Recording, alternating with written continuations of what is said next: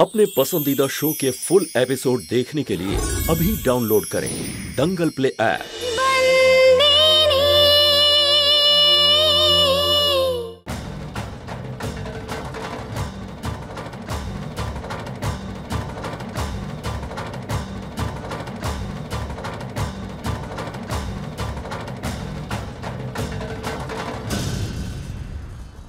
একটা কথা তোকে কতবার বোঝাতে হবে?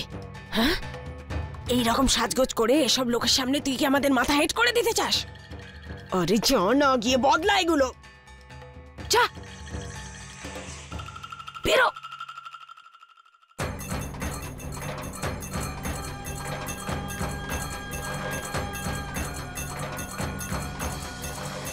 মেঘনা, আমার মনে হয় এবার আমাদের বেরোনো উচিত, নয়তো দেরি হয়ে যাবে। 1 মিনিট বাবা, আমি উপর থেকে ড্রেসটা চেঞ্জ করে আসছি। হ্যাঁ যাও, ওপরে গিয়ে ডান দিকে আমার পাশের ঘরে আছে, ওখানে জামা কাপড় পাল্টে নাও। একটু তাড়াতাড়ি এসো, হ্যাঁ দেরি হয়ে যাচ্ছে। ওকে, থ্যাংক ইউ সো মাচ।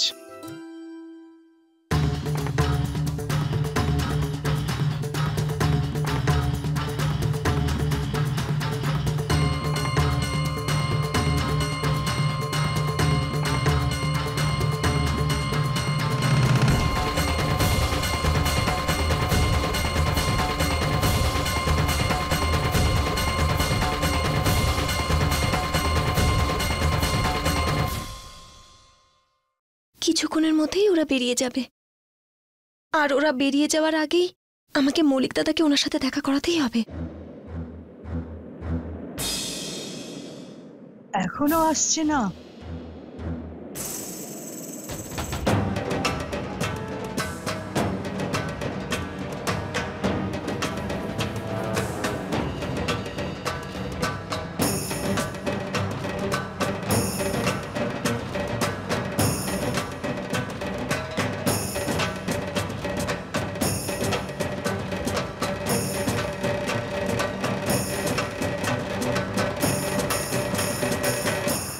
হে কোরিয়াল মা, মঙ্গলসূত্র পরতে তো ভুলেই গেছি।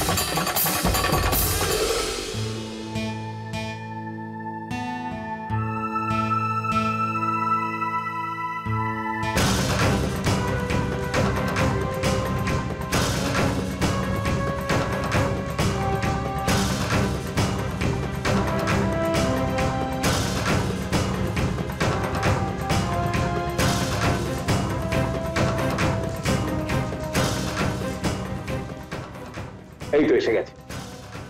দে দে ব্যাগটা আমাকে দে, আমি রেখে দিই। তুই তাড়াতাড়ি গাড়িতে ওঠ। বেঁচে থাকো বাবা।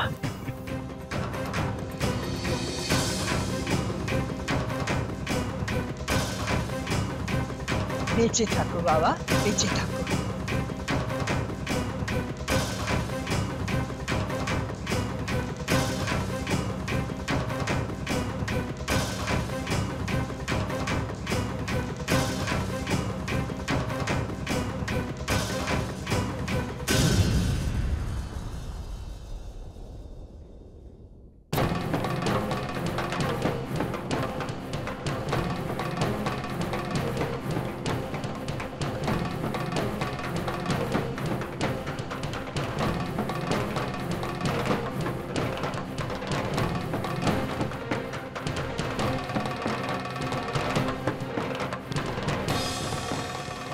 মেঘনা দিদি দাঁড়াও!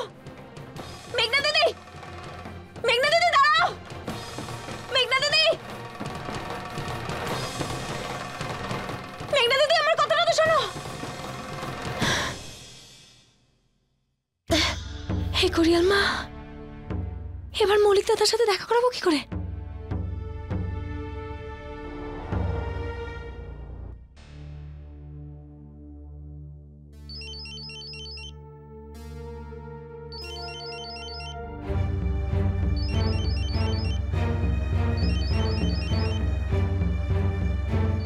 কে ফোন করেছে? সন্দীপের। আসলে তোমার ফোনে সন্দীপের নামটা দেখতে পেলাম তো, সেই জন্য। আমাকে দাও। হ্যালো, কাদম্বরী? কাদম্বরীর বাবা বলছি, সন্দীপ। হ্যাঁ আঙ্কেল। শোন, আমি জানি যে তুই কাদম্বরীর বন্ধু, কিন্তু ওর এখন বিয়ে হয়ে গেছে। এত রাতে ওকে ফোন করাটা একদমই ঠিক নয়। আর তোকে ডেকেও ছিলাম আমি, তুই আসলে এতবার ফোন করার কোনো দরকারই পড়তো না। আমি তো গেছিলাম। এসেছিলিস? হ্যাঁ আঙ্কেল, আসলে আমার একটা কাজের তাড়া ছিল, আর আপনিও বিজি ছিলেন, আর সেই জন্যই আমি কাদম্বরীকে উইশ করে বাড়ি ফিরে আসি। আঙ্কেল, কাদম্বরীর সাথে একবার কথা বলা যেতে পারে? ধর, তাড়াতাড়ি কথা বলে নে। হ্যালো। সব ঠিকঠাক আছে তো? হ্যাঁ হ্যাঁ, সব ভালোভাবে মিটে গেছে। একদম চিন্তা করো না কাদম্বরী, এখন আমাদের কাছে 3 মাস আছে। হ্যাঁ হ্যাঁ, বিয়েটা 3 মাস পরেই হবে। একদম ভয় পাবে না, এই 3 মাসের মধ্যে আমি কিছু একটা ব্যবস্থা করব। আর হ্যাঁ, তোমার বিয়ে শুধুমাত্র আমার সাথেই হবে। আচ্ছা ঠিক আছে, আমি পরে কথা বলছি, তুই কিন্তু আসিস। আমরা এয়ারপোর্টে যাচ্ছি ওদেরকে ছাড়তে। ঠিক আছে, বাই।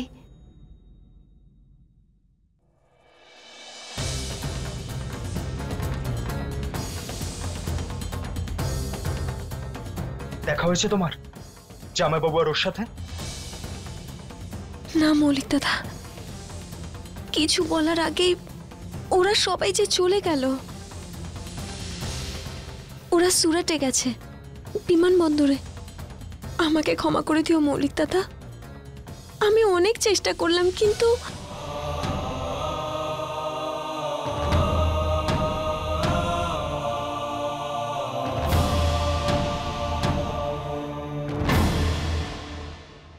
মৌলিক দাদা, আর একটা উপায় আছে।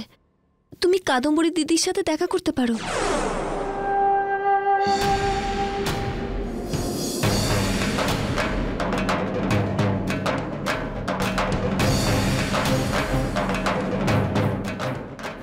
তুমি সামনে নয়, পিছনে বসো।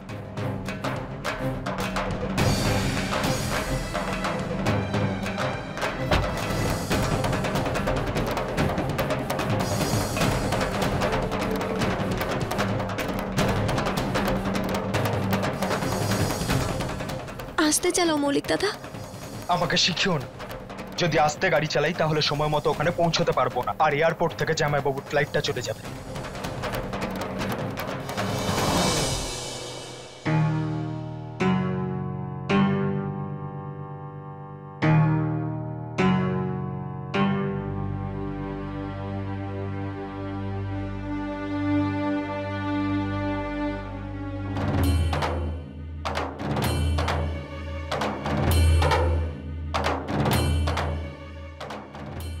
মৌলিক দাদা, 1 মিনিট। মালিক এখানেই আছেন, উনি যদি তোমাকে দেখে ফেলেন, তুমি এখানেই অপেক্ষা করো। হ্যাঁ মা, তোমাকে একটা কথা বলার ছিল,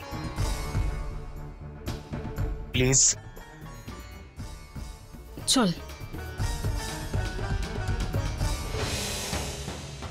টিকিট? দেখুন, আমাকে ভেতরে যেতে দিন। আমার বাড়ির লোকেরা ভেতরে আছে, ওনাদের সাথে জরুরি কথা আছে। টিকিট ছাড়া আপনি ভিতরে যেতে পারবেন না। এই লাইন দেখছেন, ওখানে গিয়ে ভিতরে যাওয়ার টিকিট নিয়ে আসুন। টিকিট ছাড়া ভিতরে ঢোকা যাবে না।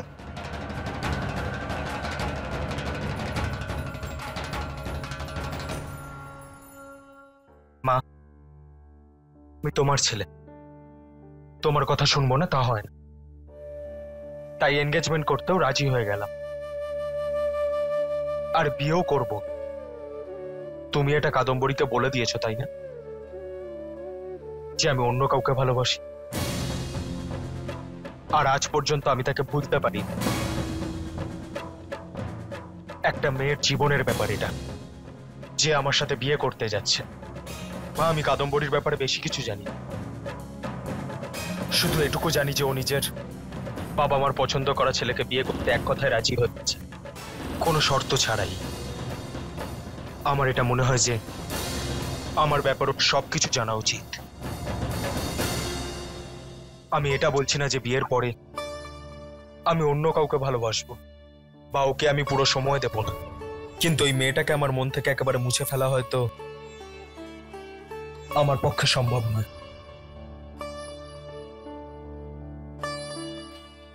এটা সত্যি যে আমার মনের কথা ওকে বলার আগেই ওর বিয়ে হয়ে গেছে। হয়তো পরিস্থিতির জন্য আমি এটা মেনে নিয়েছি,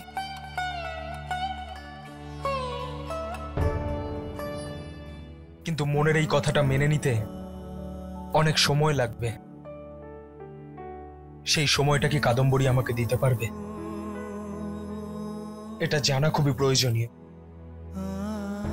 ও কি এই সত্যিটা মেনে নিতে পারবে যে আমি অন্য কাউকে ভালোবাসি? এটা জানা খুবই দরকার।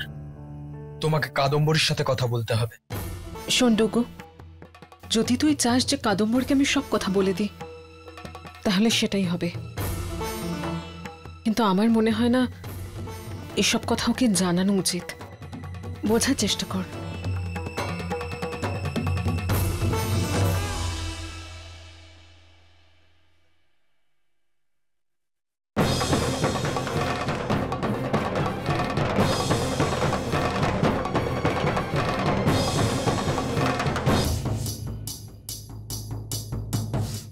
কি মেঘনা,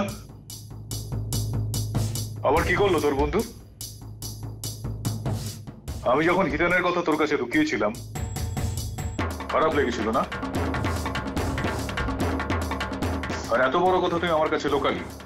হ্যাঁ, এটা ভালো হলো যে ও এই বিষয়টা আমাকে নিজেই বলেছে।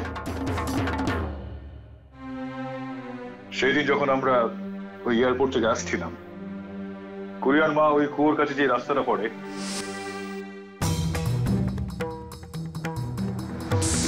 কোন সত্যি কথা তুই আমায় বলতে চাস? মা আমাকে সবকিছু বলে দিয়েছে। আপনি আমাকে এয়ারপোর্টে এই জন্য নিতে এসেছিলেন যাতে আমার সঙ্গে এখানে দেখা করার পরে নিজেকে এই বিশ্বাসটা দিতে পারেন যে আপনার মেয়ের জন্য আমি উপযুক্ত কিনা।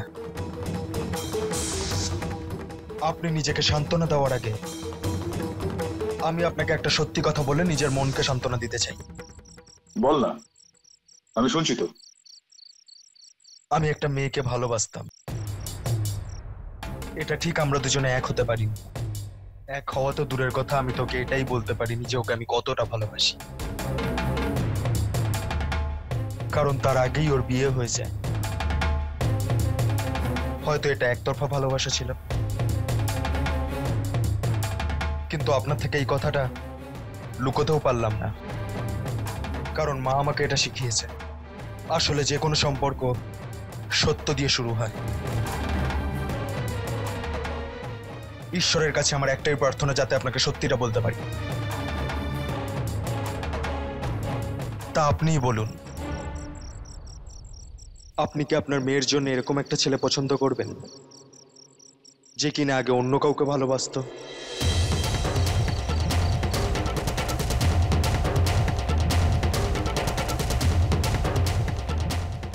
গয়না আছে তোর কাছে কোনো?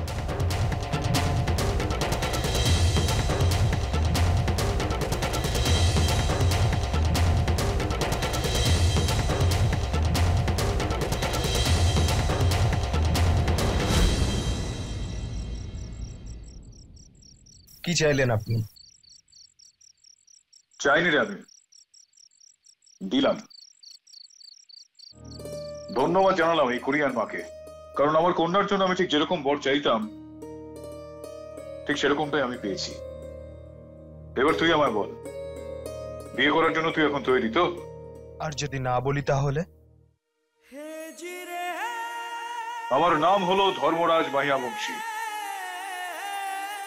এখন তুই ধরমপুরের এই মাটিতে দাঁড়িয়ে আছিস, সোজা এখান থেকে এখন এয়ারপোর্টে ফিরে যেতে হবে। বল এখন তুই কি বলবি? আমি শুধু এখন বাড়িতে যেতে চাই, সবাই আমার জন্য অপেক্ষা করছে। যাওয়া যাক। চল। আর এই বিষয়টাই আমার তোর ছেলের মধ্যে সব থেকে ভালো লেগেছে।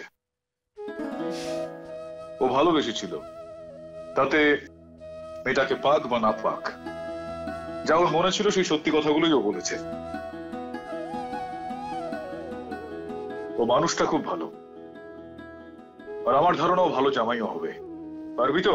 কিরে? এই রসিক, দাঁড়া, আমি আসছি। অনুগ্রহ করে শুনবেন, এয়ার ইন্ডিয়া সুরত থেকে আহমেদাবাদ যাওয়ার বিমান ওড়ার জন্য প্রস্তুত হয়েছে। অনুগ্রহ করে বোর্ডিং এর জন্য 1 নম্বর গেট থেকে প্রস্থান করুন। ধন্যবাদ। আমি আসি মা। কবে ফিরবি? একেবারে বিয়ের সময় ফিরবো। যাক, আমার চিন্তাও দূর হয়ে গেছে। ধর্মরাজ আঙ্কেল সমস্ত কিছু বুঝতে পেরেছেন, আর হয়তো উনি নিজের মেয়েকেও বোঝাতে পারবেন। আর আমি চেষ্টা করব যাতে কাদম্বরীকেও ভালো রাখতে পারি।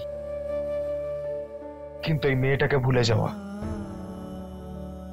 আমার পক্ষে অসম্ভব। আমার মনে একটা কষ্ট থেকেই যাবে যে আমি ওকে পাই। বাবা শোন, যা কিছু আমরা পেয়ে থাকি তাদের মর্যাদা দিই না, আর যা কিছু আমরা পাই না এমনটা নয় যে তাদের ভুলে যেতে হবে। অনেক সময় দূর থেকেও ভালোবাসা যায়। ও, তুমি তোমার চোখের জল ফেলে ইমোশনাল হয়ে যাওয়ার আগে আমার মনে হয় এখান থেকে চলে যাওয়া উচিত। দাদা, আমি একটু আগে দাঁড়াই। আপনি লাইনে গিয়ে দাঁড়ান, সবারই তাড়া আছে, যান গিয়ে লাইন দিন।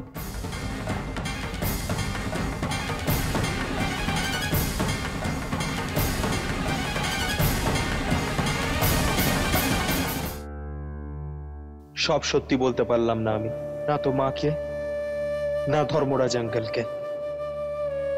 এটাই যে মেয়েটাকে আমি ভালোবেসেছিলাম, তার নাম ছিল সন্ত। আমি আপনাকে আমার ব্যাপারে এত কিছু বললাম, আপনি অন্তত আপনার নামটা তো বলুন। সন্তোক নিজের নাম কোনো অপরিচিতকে বলে না। যাকে নিজের ভালোবাসার কথা বলার আগেই ওর বিয়ে মহেশ নামে একজনের সাথে হয়ে গিয়েছিল, যার নাম যদি আমি একবার নিতাম তাহলে তুমি বদনাম হয়ে যেতে। আমি জানি না যে তুমি কোথায় আছো। ইস, যদি তুমি এটা জানতে পারতে যে তোমাকে কেউ এতটা ভালোবাসে।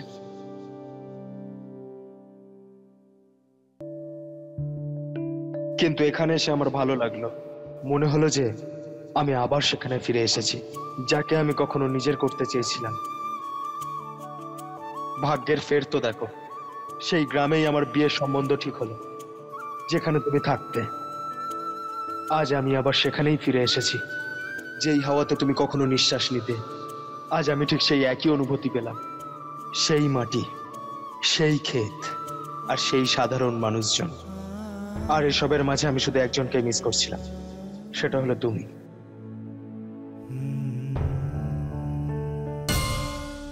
আমাকে ভেতরে যেতে দিন। কত খুঁজেছি আমি তোমাকে, কিন্তু তোমাকে কোথাও পাইনি। হয়তো এই জন্মে তুমি আমার ভাগ্যে ছিলে, কিন্তু তাতে কোনো ব্যাপার না। এখনো অনেকগুলো জন্ম বাকি আছে, কিন্তু তবুও জানি না আমার মন কেন বারবার আমাকে বলছে এই জন্মে আরেকবার তোমার সাথে আমার দেখা হবেই। কিন্তু ভয় পাই, ভয় পেয়ে যাই এটা ভেবে যে যখন তোমার সাথে দেখা হবে তখন জানি না বাকি পৃথিবীর মানুষকে আবার সেই একই চোখে দেখতে পারবো কিনা।